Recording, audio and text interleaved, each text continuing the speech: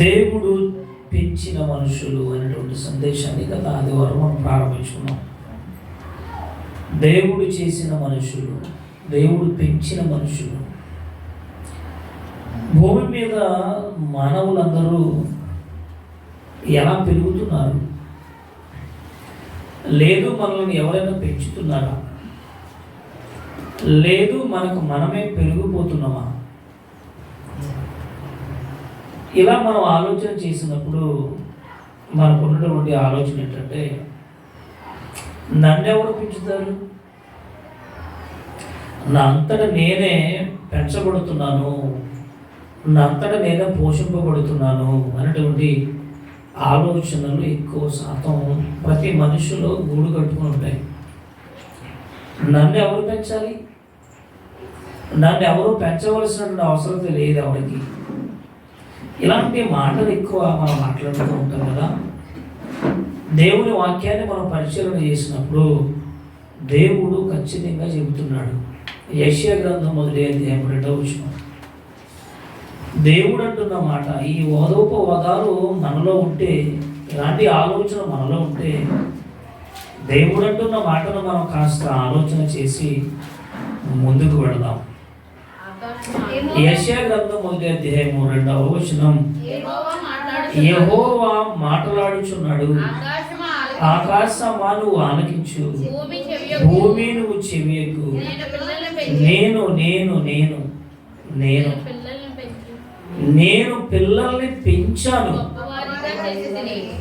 నేనేం చేశాను అంటే పిల్లలను పెంచాను.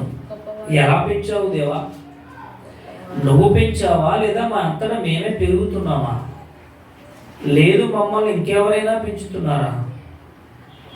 మా తల్లిదండ్రులు పెంచారండి. Very good.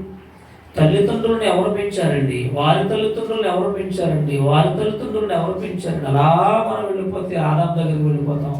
ఆదామును ఎవరు పెంచారు? నేను పిల్లలను ఏం చేశానంటే పెంచాను. నేనే పెంచాను. వారిని గొప్పవారిగా చేశాను, పెంచాను. ఏమేసి పెంచావు దేవా? పాలు పోసి పెంచావా? ఆహారం ఇచ్చి పెంచావా? ఎలా పెంచావు? గత వారం మనం ప్రారంభించుకున్నాం. ఒక రైతు విత్తేది గింజ, ఒక గింజ మాత్రమే విత్తుతాడు. ఒక గింజే. అది ధాన్యపు గింజ అయినా, జొన్న గింజ అయినా, అది వేరే గింజ అయినా, వేరే గింజ ఏదైనా, ఈ గింజలు మనుషులుగా ఒకే ఒక గింజ విత్తుతున్నప్పుడు ఒక్క గింజలో నుండి ఇన్ని గింజలు రావడానికి గల కారణం ఏంటి? ఒకవేళ ఒకే గింజ మనం విత్తినప్పుడు దేవుడు కూడా ఒక గింజకు ఒక గింజ ఇస్తే నా పిల్లలు కడుపు నిండదని ఆలోచించిన దేవుడు కొన్ని వందల వేల గింజలను అనుగ్రహిస్తున్నాడు.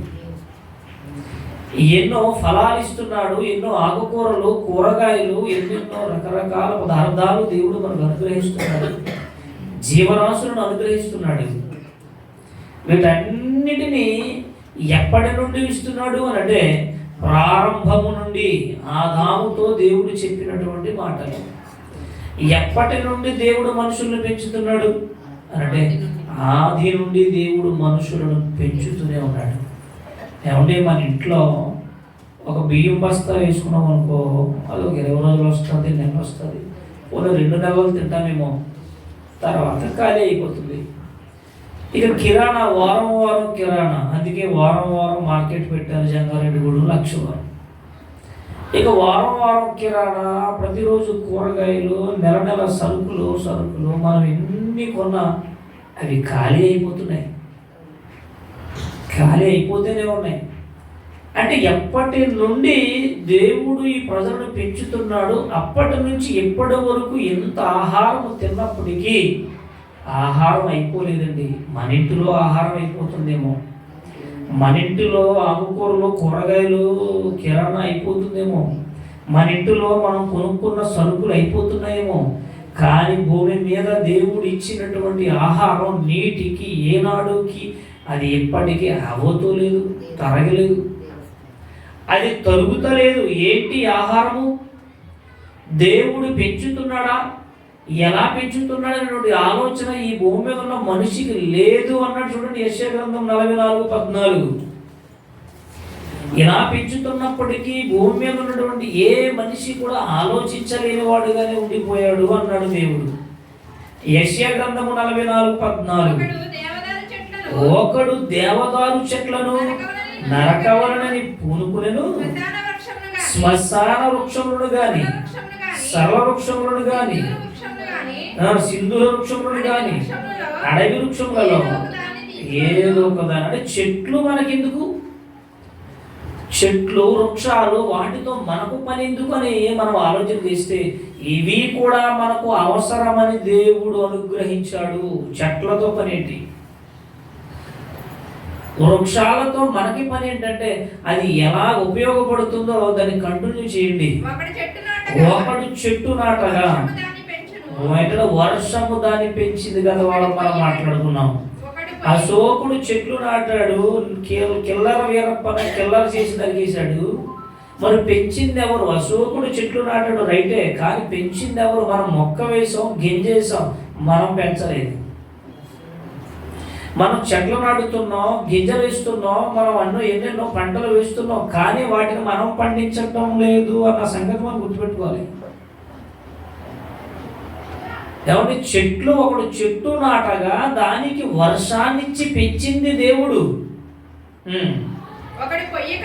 ఒకడు దానిని ఎలా ఉపయోగించుకుంటున్న వృక్షాలు చెట్లు అనేది ఎలా ఉపయోగపడుతుంది మనిషికి అంటే ఒకడు తెచ్చుకుని పొయ్యిలో కట్టెలుగా ఉపయోగించుకుంటున్నాడు, వాటిలో కొన్ని తీసుకుని చలి కాల్చుకుంటున్నాడు, నిప్పు రాజబెట్టుకుని మంట వేసుకుని రొట్టె కాల్చుకుంటున్నాడు. ఒకడు తీసుకుని దానితో ఏం చేశాడు? అదనమాట. ఇంకా అదే చెట్టులో దేవతలు చేసుకుని దానికి నమస్కరిస్తున్నాడు, చేసుకున్నాడు, సాగిల పడుతున్నాడు.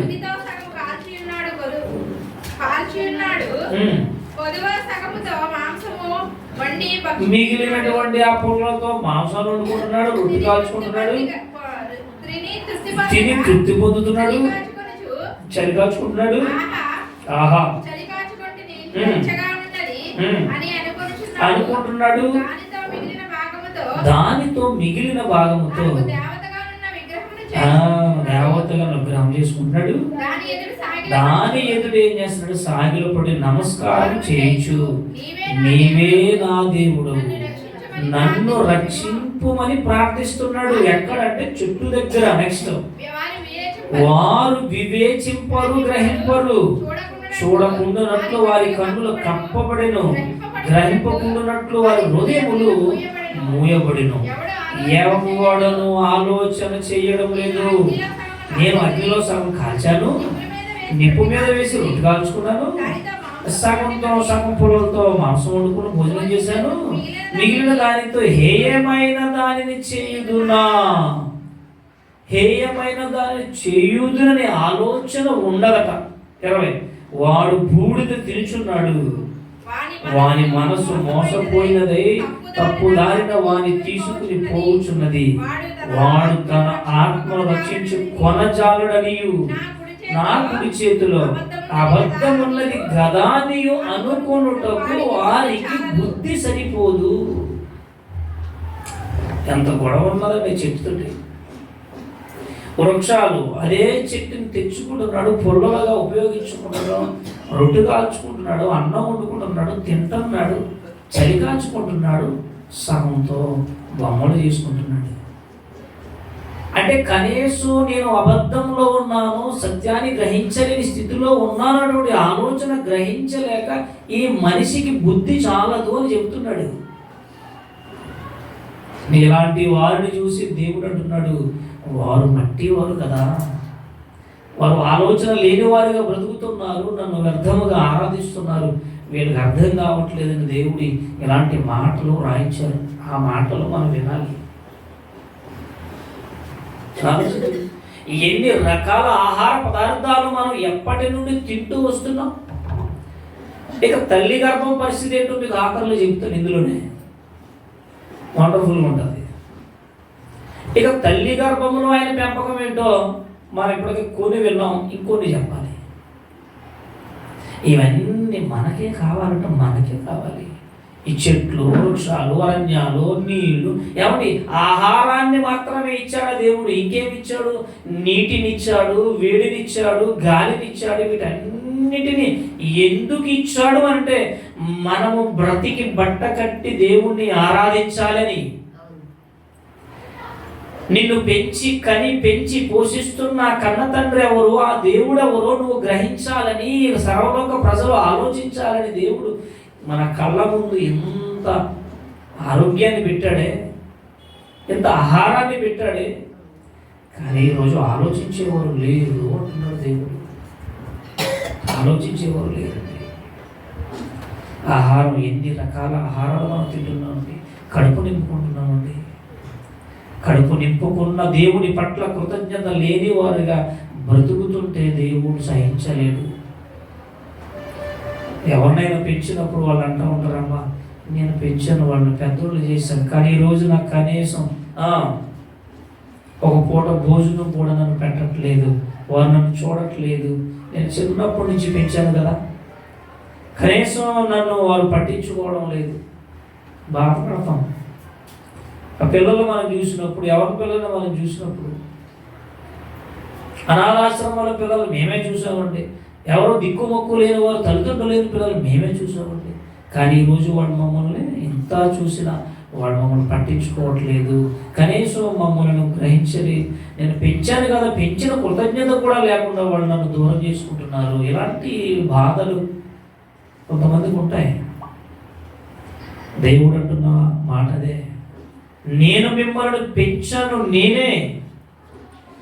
కొన్ని కోట్ల సంవత్సరాల నుండి ఆహారం ఇప్పటికీ అయిపోవట్లేదు. ఎంత తిన్నా, ఎన్ని మనుషులు తిన్న 60-70 ఏళ్ల జీవిత కాలంలో మనుషులు తిని తిని తిని తింటున్నప్పటికీ ఏనాడు ఆహారం అయిపోలేదు, నీళ్లు అయిపోలేదు, గాలి అయిపోలేదు, వేడి అయిపోలేదు. ఏంటి పంటలేంటి, ఏ రకపు ఆహారం కావాలంటే ఆ రకపు ఆహారాలు మనం తింటూ అనుభవిస్తూ ఆరాధిస్తున్నామే.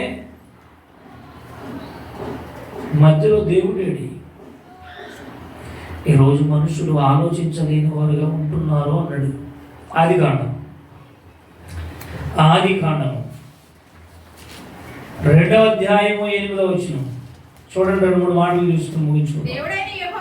దేవుడైన యెహోవా తూర్పున ఏదెనులో ఒక తోట వేసాడు. దేవుడు కలుగజేసిన మనిషిని, కన్న మనిషిని దాంట్లో ఉంచాడు.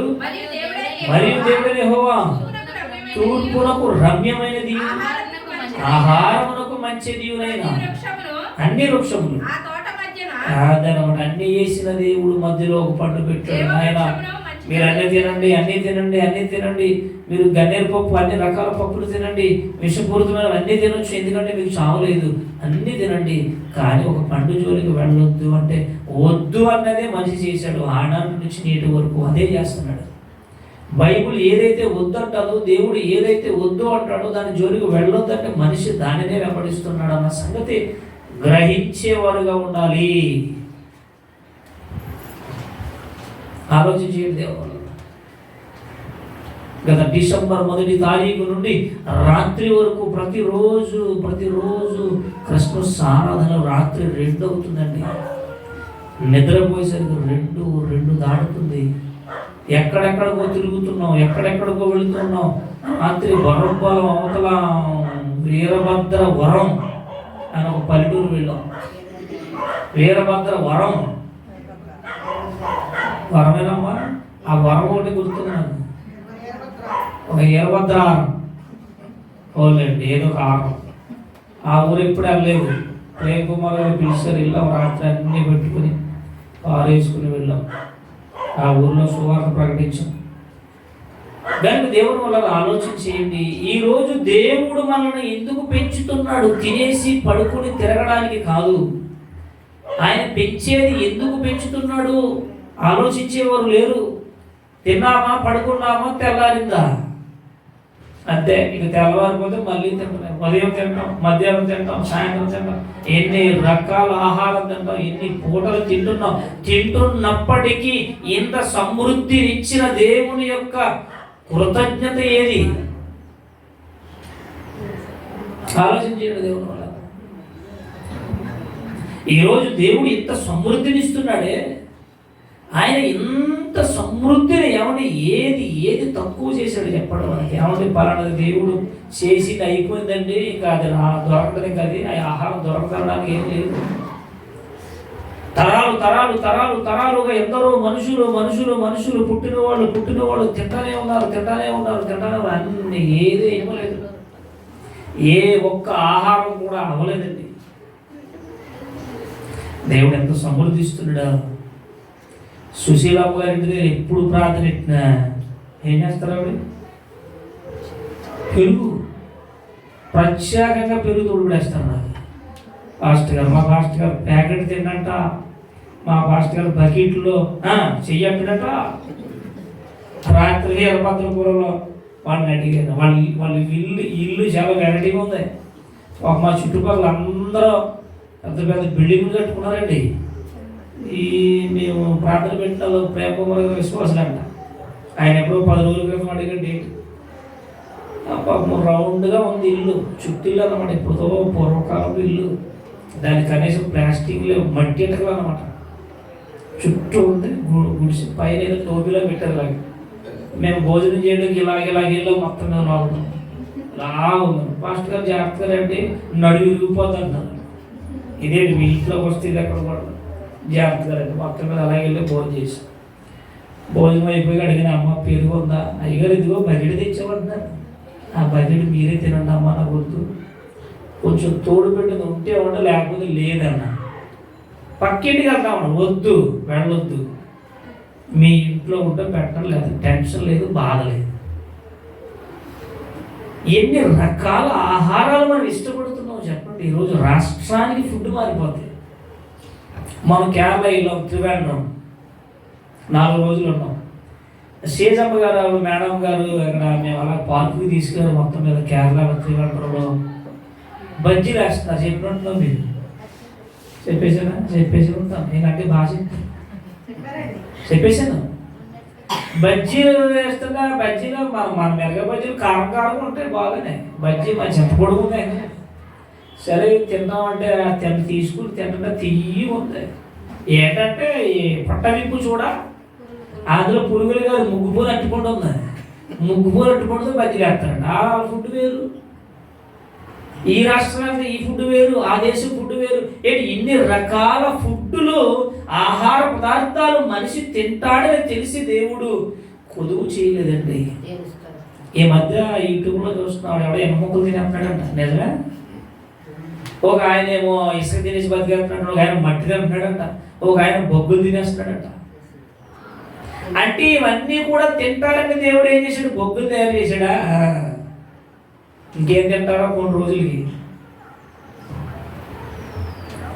ఎన్ని ఆహార పదార్థాలు, దేశాలు, రాష్ట్రాలు ఆహార నియమాలు మారిపోతున్నా ఏ ఒక్కరు కూడా దేవా పలానాది లేదు తినడానికి, నువ్వే దేవుడు అయ్యా, ఒకటి చేసావు ఒకటి చేయలేదు, మా ఇంట్లో ఒకటి ఉంటే ఒకటి ఉండదు, నువ్వు కూడా అలాగే ఉంది, నువ్వు దేవుడు పెట్టి ఆలోచించండి.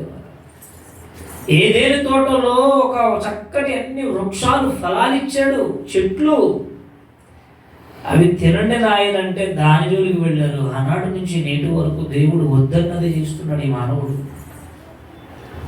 ఆలోచించేవారు లేరు, గ్రహించేవారు లేరు. ఇక యెషయా గ్రంథం 3వ అధ్యాయం మొదలు వచ్చిన, యెషయా గ్రంథం 3వ అధ్యాయం మొదలు వచ్చిన, ఆలకించుడి ప్రభువును సైన్యములకు అధిపతి యెహోవా పోషణాధారమును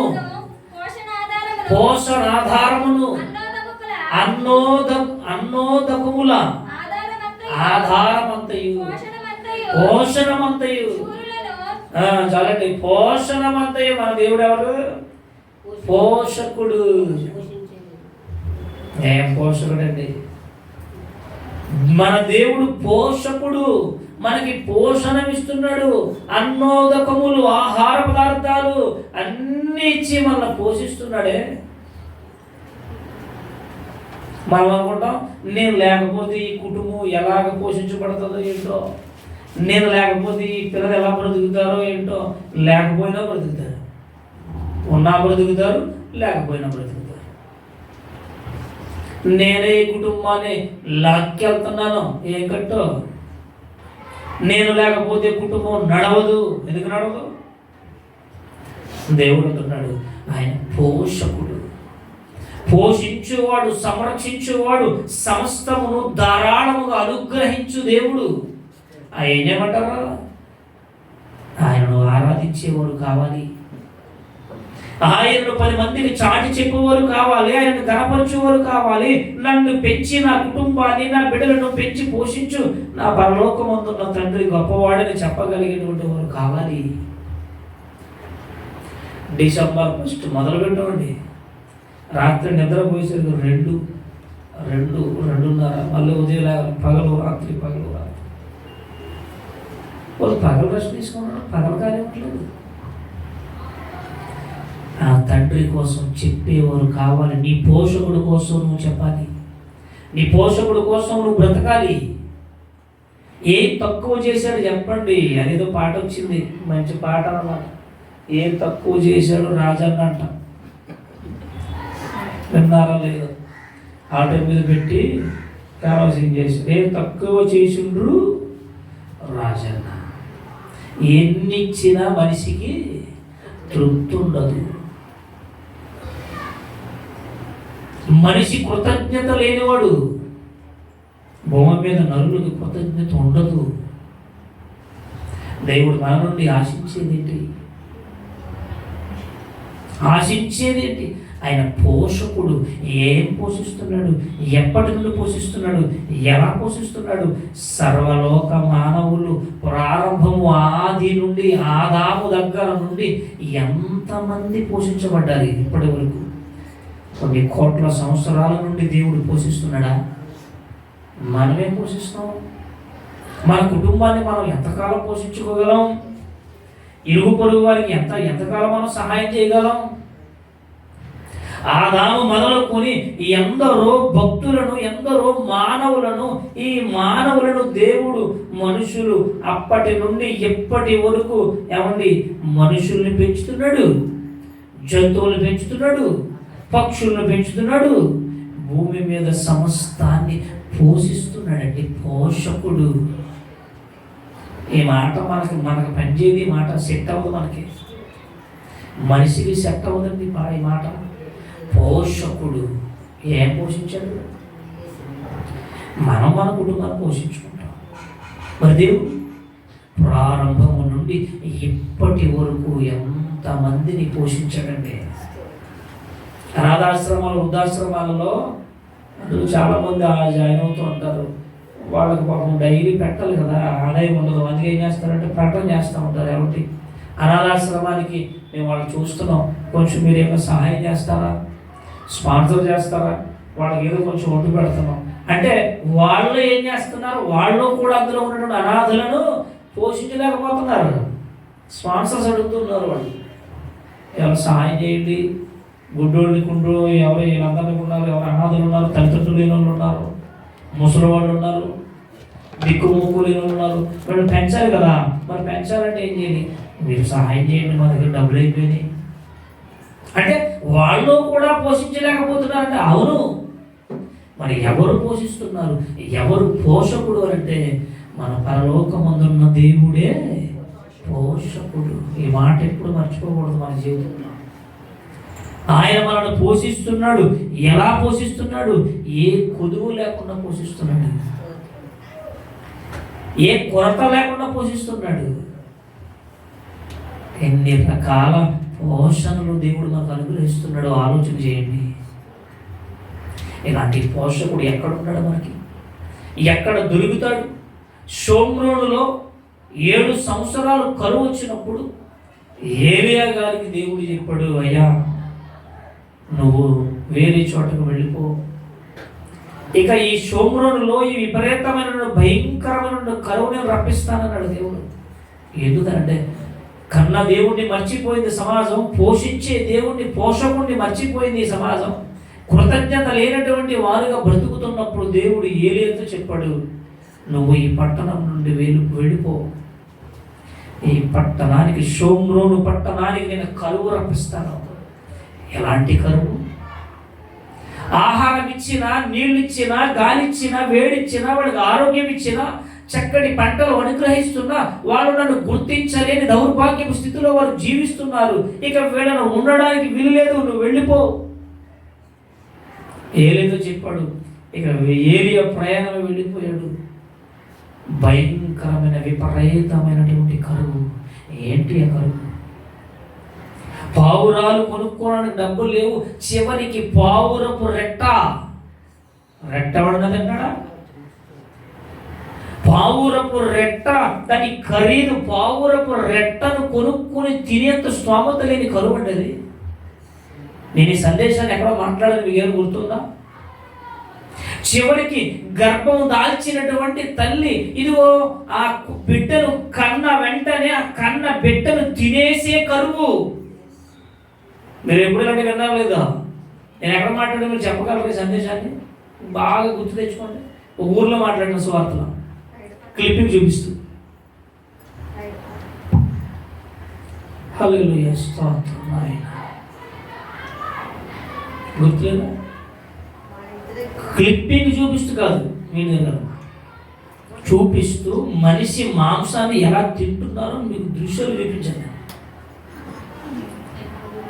విలాప వాక్యంలో ఉంటుంది, హెజ్కేల్లో ఉంటుంది, ఈ రిఫరెన్స్ ద్వితీయోపదేశకాండంలో ఇవన్నీ ఎలా ఉన్నాయో తెలుసండి. ఒక తల్లి కడుపున పుట్టిన బిడ్డను వండుకుని తినే దౌర్భాగ్యపు కరువది. ఇంకా కాళ్ళ మధ్య నుండి పడు మావిని వాళ్ళు తిన్నారట. మావి ఏంటండి ఈ కరువు? అలాంటి దౌర్భాగ్య పరిస్థితి లేవే నేటి సమాజానికి. కడుపు నిండా తింటున్నాం, పీకలాగా తింటున్నాం, కృతజ్ఞత లేకుండా దేవుని సన్నిధికి రాలేని దౌర్భాగ్య స్థితులు ఈరోజు సమాజం దిగజారిపోతుందండి. ఎన్ని పెట్టినా కృతజ్ఞత ఉండదా? ఇంకేమి ఇవ్వాలి, నేను ఇంకేమి పెట్టాలి మీకు? నేను ఒక పోషకుడు అన్న సంగతి మీరు మర్చిపోయింది ఈ సమాజం. తెల్లవారుగుడుములో మాట్లాడాను, మీరు ఎవరు చెప్పలేదు, మీరు అందరూ వచ్చారు కూడా. ఎక్కడెక్కడ మాట్లాడని చెప్పేస్తాను నేను. ఒక చోట చెప్పింది మళ్ళీ చెప్తాను ఇంకో ఊరిలో. తెల్లవారుగుడంలో యోసేపు గారు ఆయన చేపల కూర కూడా తిన్నారు. మీరు తిన్నారా? డ్రింకులు తాగారు, ఐస్ క్రీములు కొనుక్కున్నారు. మీరు ఏమేం చేశారు మొత్తం రికార్డ్ అయింది మెమరీలో. ఇంకా వేల లేకుండా ఐస్ క్రీములు కొనుక్కున్నాడు. జానెడి ఆడే కొనిపెట్టాడు, డబ్బులు మిగిలి. ఇంకా వేల మీద ఉండగల నాకు ఐస్ క్రీమ్ కిందకి దిగండి అయ్యా, డ్రింకులు ఇస్తాను ఆయన ఏసీ పాస్టర్ చాలా చక్కగా చూశాడు. ఆయన చక్కగా మంచి డ్రింకులు ఇచ్చాడు, చేపల కూర ఉంటాడు, కీకులు ఉంటాడు, అంగి ఉంటాడు. అది కోయి మసాలా బాగా చూసాడు. ఆ రాత్రి చాలా ప్రజలు వచ్చారు, బాగా జరిగింది. మీరు అందరూ ఆ తెల్లవారు కూడా అంతా కరపత్రి పరిచయం చేశారు. అక్కడ మాట్లాడాలి సందేశాన్ని. సోమ్రుడులో భయంకరమైన విపరీతమైన కరువు. గాడిద తలకాయ కొనుక్కునే స్తోమత లేదు. బైబిల్ చాలా అద్భుతంగా ఉంటుంది. కానీ కొంచెం ఏం పెట్టాలి, మనం ఏం పెట్టాలి, అట్టుబడి పెట్టాలా? మనసు పెట్టాలి, వాక్యం మీద మనసు పెట్టాలి. దేవుని వారి గుడి వెళ్ళాం. అది ఎక్కడో ద్వారకా తిరుమల దేవతల ఏలూరుకు దగ్గర. ఆ రోడ్డు ఏంటంటే భయంకరమైన రోడ్డు, లోపల కొంత ఊరు ఏమేమో. దేవుని వారి గుడి. నేను వెంకటకృష్ణాపురంలో, ద్వారకా తిరుమల పక్కన వెంకటకృష్ణాపురంలో సువార్త పెట్టినప్పుడు విన్నాడంట. ఆయన చూశాడంట. అప్పుడు మీరు వచ్చారు కదా, వనరాజ్యం గారు ఒక 5 కేజీలు బియ్యం ఇచ్చారు. అమ్మ 5 10 వనరాజ్యం గారు మా మాస్టర్ గారికి 5 కేజీలు బియ్యం కూడా ఇచ్చారు. వీరందరూ కూడా వర్షం వచ్చేసింది. వెంకటకృష్ణాపురం తిరుపతి పక్కనే. ఆ ఊర్లో మనం సువార్త ప్రకటించినప్పుడు చూశాడంట. ఆయన కొత్తగా పరిచయం ప్రారంభించుకున్నాడు, 2 సంవత్సరాలు అవుతుంది. ఆయన వచ్చేసి దేవుని వారు కూడా అన్నమాట. అప్పుడు మాట్లాడలేదు. తర్వాత కొమ్మరిలో పెట్టినప్పుడు మాట్లాడారు. పాస్టర్ గారు మీరు మాకు డేట్ ఇవ్వాలి అని చెప్పినప్పుడు తప్పనిసరిగా ఇస్తానండి అన్న. తర్వాత ఆయన మన నవంబర్లో ఎక్కడో కనిపించి నా నెంబర్ తీసుకున్నాడు. ఫోన్ చేసి డేట్ అడిగితే 12 తారీఖు ఇచ్చాం. 12 డిసెంబర్. ఆ రోజు వెళ్ళాం మేము కాల్ వేసుకుని. రాజేష్, నేను, ఝాన్సీ గారు, అక్క మేము వెళ్ళాం. సన్నీ ఆ రోజు కాలేజీ మానిపించాను. సన్నీ దూరం అక్కడికి వెళ్ళామండి. పల్లెటూరు లోపల ఉన్నది దేవుని వారి గుడి. మొత్తం మీద వెళ్ళిన తర్వాత పాపమైన పాస్టర్ గారు కొంచెం అమాయకంగా ఉన్నాడు. కొత్తగా సేవ ప్రారంభించాడు. ఆ రోజు చర్చి మందిర ప్రతిష్ట, క్రిస్మస్ 2 ఏర్పాటు చేశారు. ఏలూరు నుండి ఒక మినిస్ట్రీ డైరెక్టర్ గారిని కూడా పిలుచుకున్నాడు ఆయన. 2 భార్య భర్తలు వచ్చారు. అది చర్చి రిబ్బన్ కట్ చేశారు. 9:30 దాకా పాటలు పాడుతూనే ఉన్నారండి. నైట్ మా పగలు కాదు, నైట్ క్రిస్మస్ నైటే 9:30 వరకు. ఇదిగో పలానా సంఘ బిడ్డలు వచ్చి పాట పాడతారు. ఆ సంఘం మాతో ఊరూరు వచ్చేసారండి. ఆశ్రమ సంఘ బిడ్డలు చాలామంది ఆ ఊర్లో. మరి అది ఎంతవరకు చూడలేదు కానీ నేను ఇంచుమించు 200-300 మంది ఏమో వచ్చేసారు. ఈ నెలలో టాప్ మీటింగ్ అదే. నేను వెళ్ళిన మీటింగ్ అది డిసెంబర్ 1 నుంచి ఇప్పటి వరకు వెళ్ళిన మీటింగ్ అలా టాప్ మీటింగ్ అదే. చాలా వండర్ఫుల్గా జరిగింది. 9:30 వరకు పాడి ఆ డైరెక్టర్ గారు రిబ్బన్ కట్ చేసిన తర్వాత ఆయనకి వాక్యం ఇచ్చారు. మొదటి వాక్యం ఆయనది. ఏలూరు నుంచి డైరెక్టర్ గారు వచ్చారు, మినిస్టర్ గారు. ఆయన ఒక అరగంట మాట్లాడారు. వాళ్ళు మిస్సెస్ ఒక అరగంట ఆరాధన చేసింది. ఆవిడ సీడీ ఒకటి ఏదో పాట ఒకటి ఏమో ఆడియో రిలీజ్ చేశారు. అలా ఇలా మొత్తం మీద నాకు 10:30 దాటింది. 10:35 ఇచ్చారు. పగలు కాదు, రాత్రే. మీరు రాత్రే ఉండండి ఇక్కడ. రాత్రి 10:35 నాకు మైక్ ఇచ్చారు. ఈలో అలా చూస్తా ఉన్నాను. తెప్పిస్తారు ఏంటో జనం చూస్తే పెట్ట మొత్తం ఒకరు కూర్చున్నారండి. ఆ రోడ్ల మీద కూర్చున్నారు, ఈ రోడ్డు మీద కూర్చున్నారు. ఇక భోజనాలు ఎదురుగుండా ఉండి పక్కకి తీసుకెళ్ళి పెట్టేస్తున్నారు. 10:35 నాకు మైక్ ఇచ్చారు. జంగారెడ్డి గురించి వచ్చినటువంటి సువార్త దళం డైరెక్టర్ గారు ప్రసాద్ గారు మాట్లాడతారు. మొత్తం మీద మైక్ తీసుకున్నాను. వాళ్ళకి చెప్పాను, మీరు వింటారా నిద్రపోతారా? వాళ్ళు అన్నారు, వింటామండి. 1.5 గంటలు చెప్తారన్నాను. మీరు 1.5 గంటలు కాదు 2 గంటలు చెప్పిన మేము లేగమన్నాను. అయితే కాసుకోండి అన్నాను. ఎప్పుడైతే రాత్రి మొత్తం మీద ఇక వాళ్ళందరూ కూడా అలాగే కూర్చున్నారండి. 11:40కి మైక్ ఇచ్చిన వాళ్ళకి 12 గంటల వరకు అలాగే కూర్చున్నారు. లేవలేదు వాళ్ళు. చాలా ప్రజలు 200 మంది పైన ఉన్నారు. ప్రజలు ఇంకా చివరి కూర్చున్నారు. చాలా మంది రోడ్ల మీద కూర్చున్నారు. అలాగే ఉన్నారు వాళ్ళు. మీటింగ్ అయిన తర్వాత వాళ్ళందరూ కూడా చాలా ఫీల్ అయ్యారు. ఎందుకు ఫీల్ అయ్యారంటే, ఈ పాస్టర్ గారు మొత్తం టైం అంతా వేస్ట్ చేసేసాడు, టైం అంతా పాడు చేసేసాడు.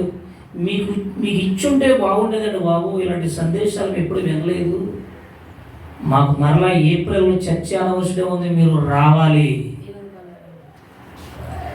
ఇలాంటి వర్తమానం, ఇలాంటి సందేశాలు మేము ఎప్పుడు వినలేదు. ఈ పాస్టర్ గారు మొత్తం టైం అంతా వృధా చేసి మీకు ఎప్పుడో ఇచ్చాడు టైం. కానీ మాకు చాలా చాలా సంతోషం ఉంది. మీరు చెప్పింది 1 గంట అయినా నేను గొప్ప చెప్పుకోవట్లేదు. మీరు అవసరం దేవుని గుడికి తీసుకెళ్తాను మిమ్మల్ని, లేదా ఫోన్ నెంబర్ ఇస్తా మాట్లాడుకోవచ్చు. గొప్ప ఎందుకు ఇందులో ఒక్కరు కలలేదండి. 12 గంటలకు ఆమె అన్నాక అప్పుడు భోజనాలు పెట్టారు. 12 గంటలకు తిన్నారు వాళ్ళు. అప్పటి వరకు చాలా ఇంట్రెస్ట్గా దేవుడు మాటలు విన్నారు. వాళ్ళకి చెప్పాను, యేసు రాజ్యం ఏది, యేసు రాజ్యం ఎక్కడుంది, ఆయన రాజ్యం మీద ఆయన రాజా. చక్కటి 2-3 పాటలు వేసేసి వాళ్ళు చెప్పాను.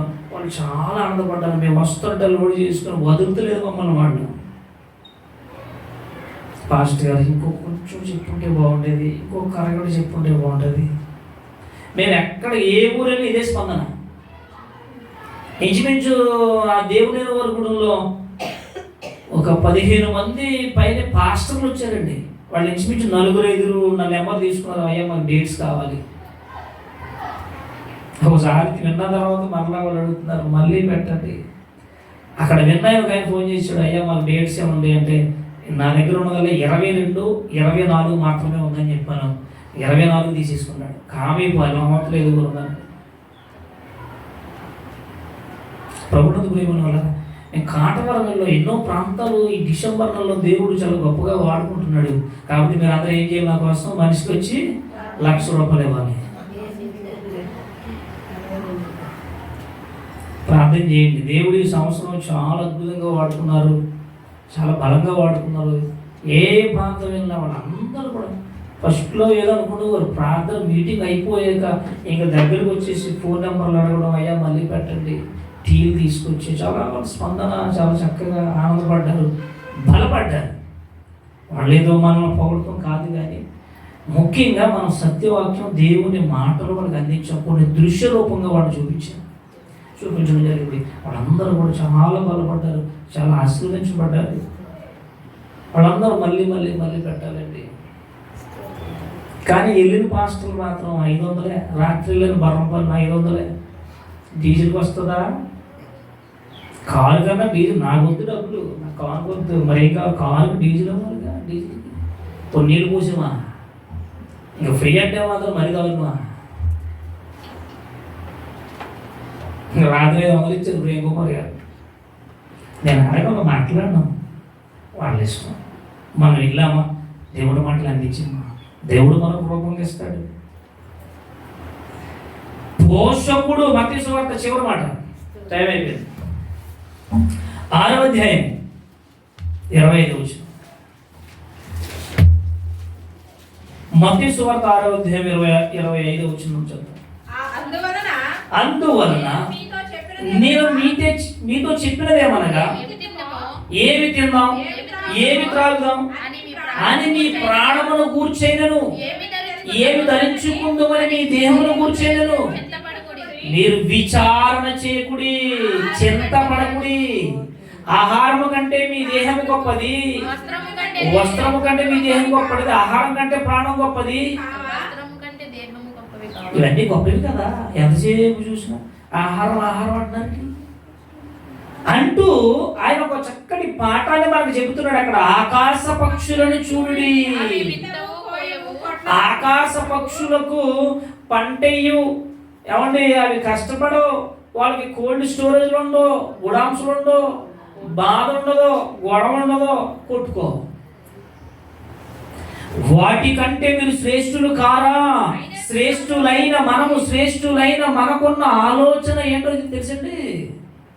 ఎంతసేపు టెన్షన్ టెన్షన్ టెన్షన్ టెన్షన్, బీపీలు, షుగర్లు, ఎన్ని రోగాలు రావడానికి కారణం ఏంటి చెప్పమంటారా?